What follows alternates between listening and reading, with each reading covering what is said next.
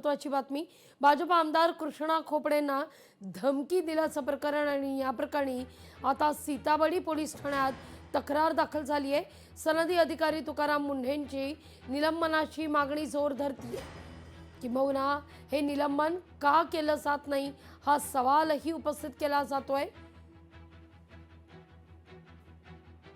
भाजप आमदार कृष्णा खोपडेंना धमकी आणि शिवीगाळ केल्याचं प्रकरण आणि या प्रकरणी अधिवेशनाच्या पहिल्याच दिवशी खरं तर हा सगळा प्रकार घडलेला आहे आणि यावरून आता सीताबडी पोलीस ठाण्यात तक्रार दाखल करण्यात आलेली आहे।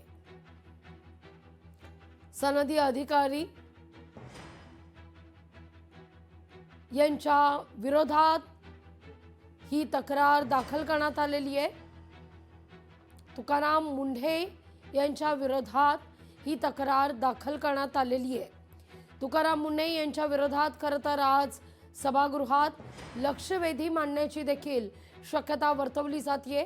कृष्णा खोपडे यांनी हा मुद्दा आता सभागृहात उपस्थित केला जाईल अशी देखील भूमिका घेतल्याचं पाहायला मिळतंय। काल हिवाळी अधिवेशनाला नागपूरमध्ये सुरुवात झाली आणि त्याच दरम्यान हा सगळा प्रकार घडलेला आहे। वळूया पुढल्या महत्त्वाच्या बातमीकडे। बातमी मुंबई मनपा संदर्भात आहे। मुंबई महापालिका जागा वाटपाकरता महायुतीला मुहूर्त सापडतोय। हिवाळी अधिवेशनानंतर चर्चेला सुरुवात होईल असं खात्रीलायक सूत्रांकडून कळतंय। भाजप, शिवसेना आणि रिपाईचे दोन नेते चर्चेत सहभागी होतील। राष्ट्रवादी काँग्रेस पक्षाला सोबत घेण्यासंदर्भात काही सवाल मात्र उपस्थित होत आहेत, कारण नवाब मलिकांकडे नेतृत्व दिल्यास राष्ट्रवादीला महायुतीतून बाजूला ठेवलं जाईल असा एक सूर या ठिकाणी आळवला जातोय।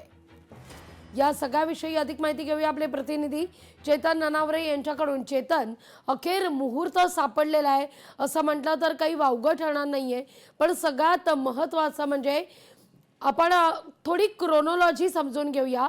ही बातमी आज समोर येणं, या बातमीच्या 24 तास आधी अजित पवार मुख्यमंत्र्यांना भेटणं, धनंजय मुंडे यांच्या समवेत का होईना पण ही भेट होणं आणि उद्या अजित पवार दिल्लीला जाणं आणि नवाब मलिक यांच्या मुंबई मनपाच्या रोल संदर्भात मात्र काही सवाल महायुतीतून उपस्थित होणं, नेमकं पडद्याआड काय काय घडतंय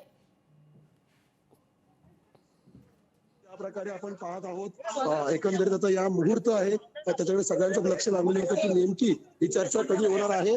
त्यामुळे आता एकंदरीतच आपण पाहतोय की हिवाळी अधिवेशन संपल्यावरतीच शिवसेना आणि भाजपमध्ये युतीला चर्चेला सुरुवात होईल।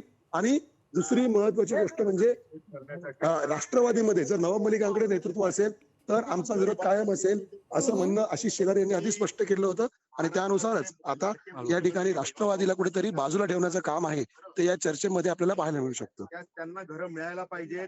धन्यवाद तुम्ही दिलेल्या एकूणच सविस्तर माहिती करता।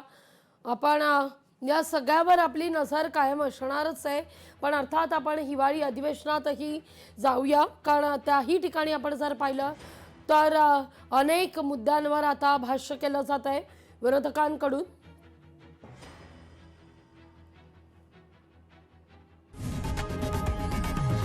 लोकशाही मराठी ऐका, पहा, जागरूक रहा।